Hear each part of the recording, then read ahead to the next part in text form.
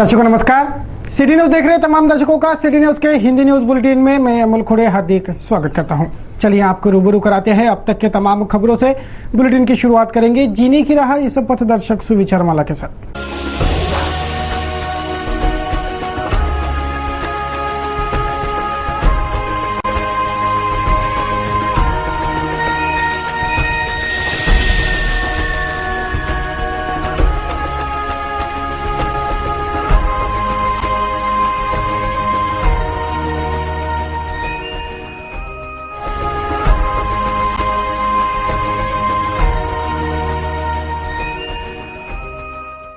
पथदर्शक सुविचार माला जीने की राह के बाद अब बारी है खबरों के श्रृंखला की। बुलेटिन की शुरुआत करेंगे सुर्खियों से।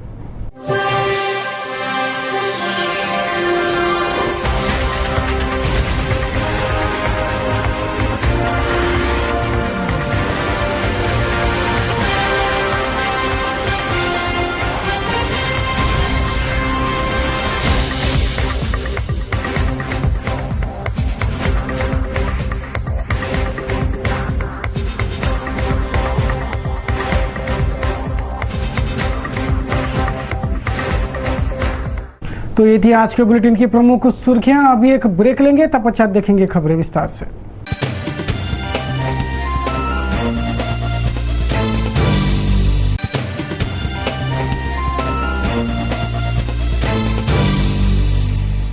आइए अब देखते हैं संपूर्ण समाचार विस्तार से। राज्य सरकार ने हर बच्चे तक शिक्षा पहुंचाने की ठानी है। इस शिक्षा मुहिम को प्रतिसाद भी मिलना अब शुरू हो गया है। शहर के महिला महाविद्यालय के छात्रों ने घुमंतुओं के छात्रों को पढ़ाने की मुहिम शुरू की है। सच में शिक्षा प्रसार का यह कार्य सराहनीय है। हर बच्चे को शिक्षा मिले, इस हेतु को सफल बनाने राज्य सरकार ने शिक्षा शक्ति कानून पर काम करना शुरू किया है। राज्य भर के जो बच्चे स्कूल नहीं जाते उन बच्चों को स्कूल पहुंचाने का, उन बच्चों तक शिक्षा पहुंचाने का यह सर्व शिक्षा अभियान है। सरकार ने यह मुहिम शुरू करने का ऐलान करते ही उसे सफल प्रतिसाद भी मिलने लगा है। अमरावती शहर के महिला विद्यालय ने शिक्षा दान में अपना योगदान पक्का करते शहर के गली मोहल्ले और सड़कों पर दिखने वाले घुमंतुओं के बच्चों को शिक्षित करने का बीड़ा महिला विद्यालय के छात्रों ने स्वीकारा है। शुक्रवार को महिला महाविद्यालय के छात्रों ने घुमंतु बच्चों को इकट्ठा किया। उन्हें पुलिस ने भी उचित सहयोग दिया। इन बच्चों को कोतवाली थाने में लाया गया और पढ़ाया गया। दिन भर सड़क पर बेहाल घूमते बच्चे जब पढ़ रहे थे तो सच में आंखों को यह दृश्य बड़ी राहत पहुंचा रहा था। शिक्षा दान का यह काम सच में सराहनीय है। ऐसे लोगों के साथ सिटी न्यूज हमेशा खड़ा रहेगा, उन्हें हर संभव सहयोग और मदद भी करेगा। कोई भी सरकारी डिपार्टमेंट हो, हर सरकारी डिपार्टमेंट में नागरिकों को तकलीफें जाती ही जाती है, लेकिन इन्हीं सरकारी डिपार्टमेंटों में उन अपराधियों का काम कभी नहीं अड़ता जो अपराधी छाती ठोक के अपने आपराधिक या अवैध गतिविधियों को अंजाम दे जाते हैं। सरकारी दफ्तरों में रिश्वतखोर और ऊपरी कमाई के लोभियों की तादाद बहुत ज्यादा बढ़ गई है। ऐसे भ्रष्टाचारियों पर कड़ी कार्रवाई प्रथम जरूरी है। अमरावती शहर को अपराध मुक्त करने की बात शहर पुलिस आयुक्तालय के कप्तान राजकुमार वटकर कर रहे हैं। शहर वासियों को सेवा सुविधाएं देने की बात निगम आयुक्त चंद्रकांत गुड़ेवार कर रहे हैं। जिले में सुशासन का दावा डीएम किरण गित्ते का है। उनके रडार पर बहरहाल गौण खनिज तस्कर है। उधर जिला पुलिस के कप्तान लक्ष्मी गौतम भी अपराध और अवैध धंधों के सफाई की ताल ठोके है। नए सीईओ पाटिल ने भी अपने सेवा काल में उम्दा काम कर दिखाने का वादा किया है। ये तमाम वे सीपे सालार है जिन्होंने अपने अपने डिपार्टमेंट की कमान हाथ में लेते ही हरकत और एक्शन दिखाना शुरू किया। लेकिन इन तमाम डिपार्टमेंटों में कुछ ऐसे भी रिश्वत लोभी और भ्रष्टाचारियों की भरमार है जो ऊपरी कमाई के लिए कुछ भी कर जाते हैं। मतलब अगर पुलिस कहीं रेड मारने की योजना बनाती है तो इस कार्रवाई की पूर्व सूचना संबंधित आरोपियों तक पहुंच जाती है। जिलाधीश कहीं दौरे पर निकलते हैं तो उनके दौरे के पहले ही वह खबर जिन तक पहुंचनी नहीं चाहिए उन तक सर्वप्रथम पहुंच जाती है। निगमायुक्त कहीं दौरा करने की सोचते हैं तो उनके दौरे की खबर भी पहले ही लीक हो जाती है। ऐसा ही चल रहा है हमारे सरकारी दफ्तरों में और शहर में तमाम गैरकृत्य खुलेआम शुरू है। उन पर किसी कार्रवाई का असर नहीं होता, फिर वह शहर के अवैध धंधे हो, अतिक्रमण हो, अवैध यातायात हो, गौण खनिज की चोरी हो या अन्य आपराधिक कृत्य हो। पुलिस और महकमे के किसी का जब तक आशीष अपराधियों पर नहीं होगा तब तक कोई अपराध पनप ही नहीं सकता। ये तो पत्थर की लकीर है। इसलिए तमाम वरिष्ठ आला अफसरों को जरूरी है कि वे सर्वप्रथम अपने अपने डिपार्टमेंटों में तैनात अपराधियों के मुखबिरों का सफाया करें, वह भी वक्त रहते। तभी कुछ बात बन सकती है, वरना सबके साथ से अपराधियों का विकास होते ही रहेगा। जनता बस चिल्लाती रहेंगी, असर कुछ नहीं होगा। शुक्रवार को पुलिस के अपराध शाखा ने शहर के नागपुरी गेट पुलिस थाना क्षेत्र में चल रहे जुगाड़ के अड्डे पर छापा मारा। इस छापेमारी में 30,000 रुपए नगद और 9 आरोपी जुआ खेलते रंगे हाथ पुलिस के हाथ लगे। तमाम आपराधिक गतिविधियां तथा अवैध धंधों के लिए मशहूर शहर के नागपुरी गेट पुलिस थाना क्षेत्र के गौलीपुरा में शुक्रवार को अपराध शाखा के दस्ते ने छापामार कार्रवाई कर 9 जुआरियों को जुआ खेलते रंगे हाथ धर दबोचा। 30,000 रुपए नगद इन जुआरियों से बरामद हुई है। यह पैसा जुए के दांव पर लगा मिला। पुलिस ने रंगे हाथ आरोपियों को दबोचकर इस कार्रवाई को अंजाम दिया। शहर में अवैध धंधे बड़े पैमाने पर शुरू है। इसी का यह पुख्ता प्रमाण है कि पुलिस की कार्रवाई खाली नहीं जा रही। हाँ, जहां से पुलिस बेरंग लौट रही है वहां के कार्रवाई की पूर्व सूचना लीक हो रही है। ये भी एक सच है जो पुलिस कमिश्नर ध्यान में रखे तो बेहतर होगा। दर्शकों, न्यूज बुलेटिन में अभी एक कमर्शियल ब्रेक के लिए रुकते हैं। ब्रेक से लौटेंगे तो देखेंगे कुछ और खबरें।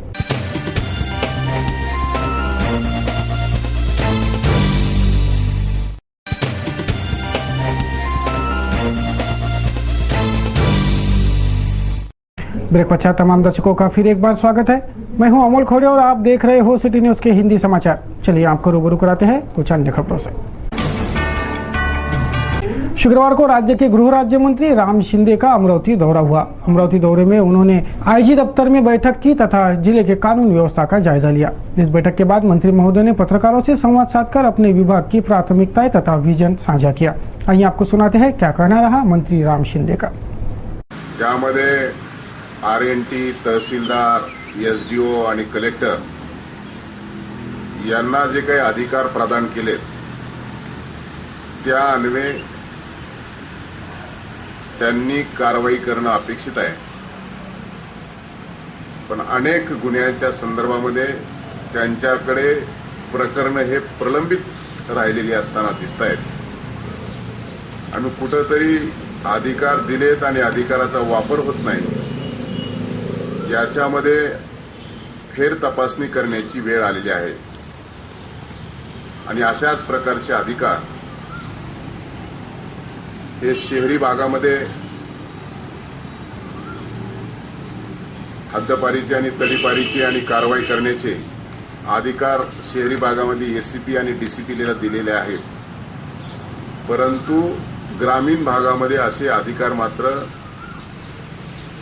महसूल विभागातील अधिकाऱ्यांना दिले असल्या कारणानं आणि ते अनेक वर्ष अनेक दिवस या प्रकरणामध्ये निर्णय घेत नाहीत असं समोर आले असल्या कारणानं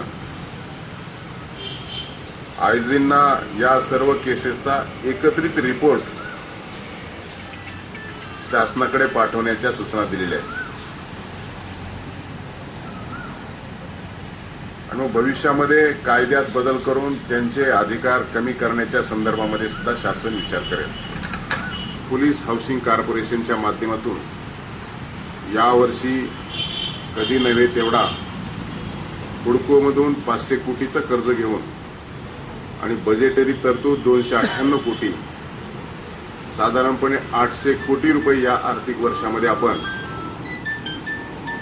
या गोष्टीसाठी खर्च करणार आहोत। त्या अनुषंगानं प्रथम प्राधान्याने कोणती कामं घ्यायची यासाठी सुद्धा आयजींना प्रस्ताव तयार करायला सांगितला। त्याचबरोबर पोलीस वसाहतीची आणि ऑफिसची मेंटेनन्स काम हे सार्वजनिक बांधकाम विभागाकडे आहे, परंतु त्यामध्ये अकोला जिल्ह्यातील उदाहरण समोर आलं. 5 कोटी रुपयाची तरतूद करून सुद्धा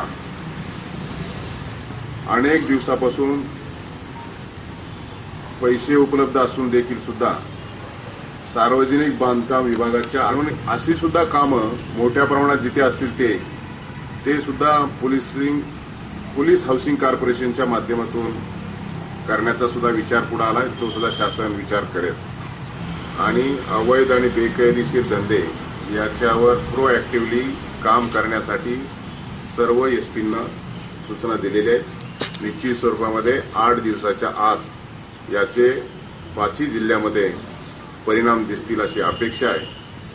किंबहुना असं न दिसल्यास आणि पुन्हा काही सांगायची वेळ येईल असं वाटल्यास त्या एसपींना जबाबदार धरण्यात येईल. 6,55,364 रुपये एवढा मुद्देमाल आपण जप्त केलाय. त्याच्या अंतर्गत कारवाई केली. परंतु सातत्याने असंही निदर्शनास येत आहे की ही कारवाई केल्याच्या नंतर आणि कायद्यातील आणि नियमातील तरतूद पाहिली तर अटक केल्याच्या नंतर दुसऱ्या दिवशी जामीन मिळतो. परंतु यामध्ये सातत्याने असाच गुन्हा करणारे जर कोणी व्यक्ती सातत्याने पुढे येत असतील तर त्यांच्यावरती नियम 328 नुसार गुन्हा दाखल करावा की जेणेकरून त्याचे हा सराईतपणा याच्यावर चाप बसेल. कायद्याचं रूपांतर झाल्याच्या नंतर त्याची अंमलबजावणी करणं हे पोलिसाचं काम आहे आणि त्या अनुषंगानं कोणाला पाठीशी कोणाला धारेवर धरायचं असं नाही. कायद्याने जे करणं योग्य असेल ते दृष्टिकोनातून काम करण्याची सूचना दिलेल्या आहेत. त्यामुळे कोणावर अन्याय कोणाची बाजू घ्यायचा विषय नाही, परंतु कायद्याचं पालन होणार या दृष्टिकोनातून सर्व अधिकाऱ्यांनी पाहिलं पाहिजे. दारूबंदी, जुगार आणि त्या संदर्भात अवैध वाहतुकीच्या संदर्भामध्ये सुद्धा सांगितलं की अवैध वाहतुकीच्यावर सुद्धा ज्याचं जे परमिट आहे त्याच्या ओव्हरलोड झालं असेल तर त्याच्यावर पण कारवाई केली पाहिजे. जे नियमाने करणं ते केलंच पाहिजे. त्याच्या संदर्भामध्ये महसूल मंत्री यांनी गौण खनिज अंतर्गत जो कायदा होता त्या प्रचलित कायद्यामध्ये दुरुस्ती केली. पूर्वीच्या कायद्यामध्ये फक्त आपण ड्रायव्हरवरतीच केस दाखल करायचो, परंतु आता काल नागपूरला पाहिलं असेल आपण 114 वाहनं हे जप्त केली. आता जप्तीचा पण आदेश करता येतो, मालकावरती पण केस दाखल करता येते, ड्रायव्हरवर केस दाखल होते आणि तो आता नॉन बेलेबल ऑफेन्समध्ये कन्व्हर्ट केलाय. त्याच्यामुळे आता नजीकच्या काळात त्याच्यात परिणाम झालेला आपल्याला दिसून येईल. महाराष्ट्रामध्ये जवळपास 2,56,000 एवढी पोलिसांची संख्या आहे. परंतु सातत्याने ही संख्या बदलत असते. रिटायर होत असतात, वाढती गुन्हेगारी, वाढती लोकसंख्या, गुन्हेगारीचं स्वरूप हे पाहता आपण म्हणताय त्यात काही सातत्य आहे. पोलिसांची संख्या वाढली पाहिजे आणि म्हणून आता 60,000 पोलिसांच्या भरतीला राज्य सरकारने मान्यता दिलेली आहे. त्याच्यातले 2 टप्पे पूर्ण झालेले आहेत. 24,000 पोलिसांची भरती प्रक्रिया पूर्ण झालेली आहे. आता काहीचं ट्रेनिंग सुरू आहे आणि 3ऱ्या टप्प्यातली भरती प्रक्रिया ऑक्टोबर नंतर राज्य शासनाच्या वतीनं महाराष्ट्रभरामध्ये सुरू होईल की त्याच्यामध्ये 12,000 पेक्षा जास्त पोलिसांची भरती होईल. शुक्रवार को मनपा शिक्षा समिति की बैठक संपन्न हुई. बैठक में मनपा स्कूलों के बाबत विभिन्न प्रस्तावों पर चर्चा हुई. इस बैठक में मनपा उर्दू स्कूलों का नामकरण, शिक्षकों के विनंती तबादले आदि निर्णयों को मंजूरात प्रदान हुई.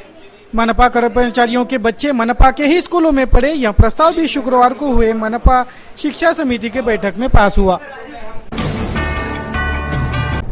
इस वर्ष के रमजान माह के 15 रोजे शुक्रवार को पूरे हो गए और इस वर्ष के रमजान का 3रा जुम्मा भी. इस वर्ष के रमजान माह में 5 जुम्मे पड़े हैं, 3 पूरे हो गए. अब 2 जुम्मे और फिर मनाई जाएंगी रमजान ईद. सभी मुस्लिम धर्म बांधवों को रमजान मुबारक हो. मुस्लिम धर्म बांधवों का रमजान शुरू होकर आधा संपन्न हो चुका है. शुक्रवार 3 जुलाई को रमजान के 15 रोजे पूरे हुए और इस वर्ष के रमजान में जो पूरे 5 जुम्मे पड़ रहे हैं उनमें से 3 जुम्मे भी पूरे हो गए हैं. इस वर्ष 6 बार ईद मनाने का अवसर मुस्लिम धर्मियों को मिला है.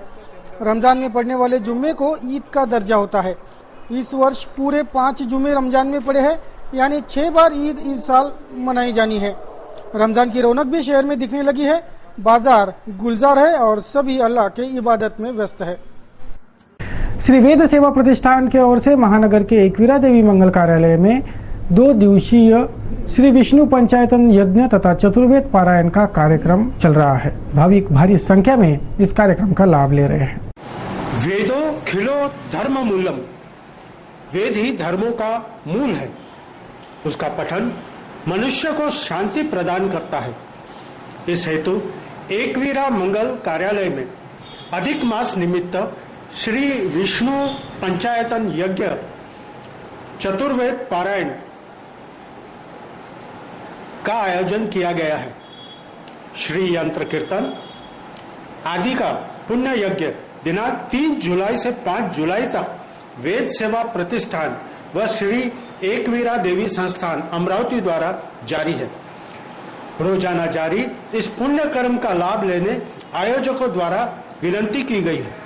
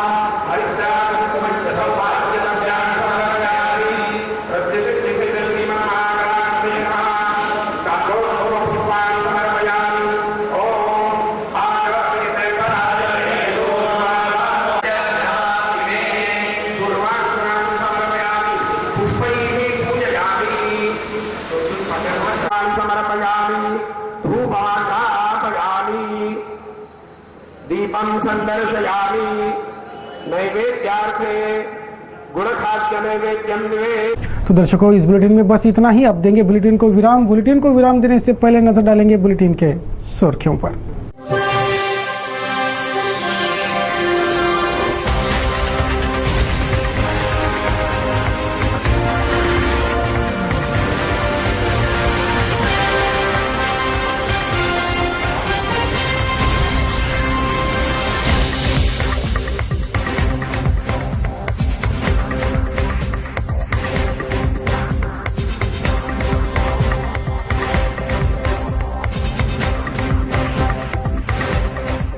तो ये थी आज के बुलेटिन की सुर्खियां।